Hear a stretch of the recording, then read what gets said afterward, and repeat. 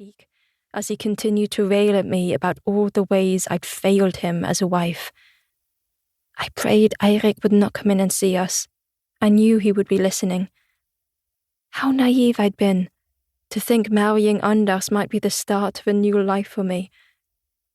But when I was sent to Finnmark by my father to hide me away with an elderly aunt, I'd been 19, pregnant, cut off from the nursing career I dreamed of having for so long, and my aunt made no effort to disguise how little she thought of me. Anders had offered me an escape from her, or so I thought. It wasn't until after my aunt died that I discovered she'd agreed to leave Anders all her money, not an inconsiderable sum, if he took me off her hands and saved my family the shame of having an unwed mother in their midst. I had been nothing more than a transaction. Anders finally ran out of insults. He flung the shirt down at my feet and stalked out of the kitchen.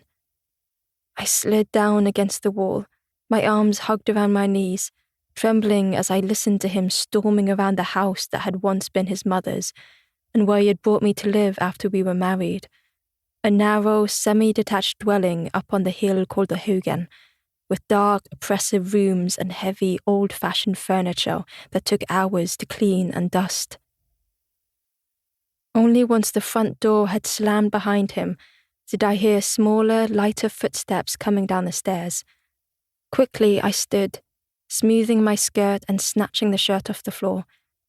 By the time Eirik came into the kitchen, I was at the sink, running water to wash the dishes as if nothing had happened. "Mama?" Eirik said. Although he had turned 6 2 months ago, like so many of the children in Kirkenes these days, he was small for his age. There simply wasn't enough for them to eat.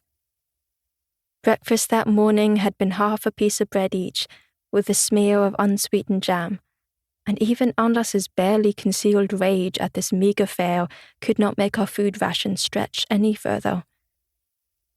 "Hello, my angel," I said, stroking Eirik's hair as he leaned against me, wrapping his arms around my waist. Neither of us spoke of Anders. The few precious hours ahead without my husband's brooding presence stretched ahead like a lifeline. "Are you ready to go next door to Tante Ingun's?" "I want to come to the shops with you, Mama," he said. "Not today," I told him. "There's too much to do. Besides, Marianne will be waiting for you." Marianne was Ingun's granddaughter, and Eirik's best friend. At the mention of her name, his face lit up. With school, such as it was, not starting again until next week, they spent a lot of time together at my neighbour's house. Ingun was a kindly widow in her 70s, and always glad to see Eirik. "Fetch my basket," I said, pointing to where it sat in the corner by the dresser, "and then you can go. Don't forget your gas mask," I called after him as, depositing the basket by my feet, he raced out into the hall. "I've got it, Mama," he called, and I heard the front door open and thump close again.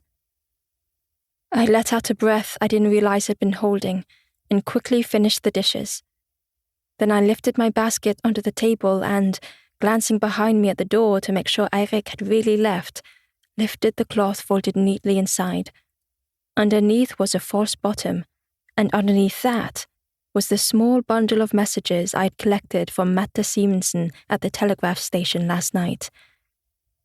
They were from the families of teachers who were being held at the camp nearby, and it was my job to deliver them. I wasn't part of the resistance, not officially. I couldn't risk being arrested and taken away from Eirik, leaving him alone with Anders. But neither could I stand by and do nothing, not when these men had invaded our town, turned our world on its head, and now walked around like they had a God-given right to the place. There were many in the town who took part in daily acts of civil disobedience, keen to defy the Germans in any small way we could, and I was among them. Some even wore paper clips on their lapels as a symbol of non-compliance, although I didn't go that far. Anders was no sympathizer, but he would have been furious with me for risking unwanted attention from the occupiers. My tiny part in resisting the Germans was a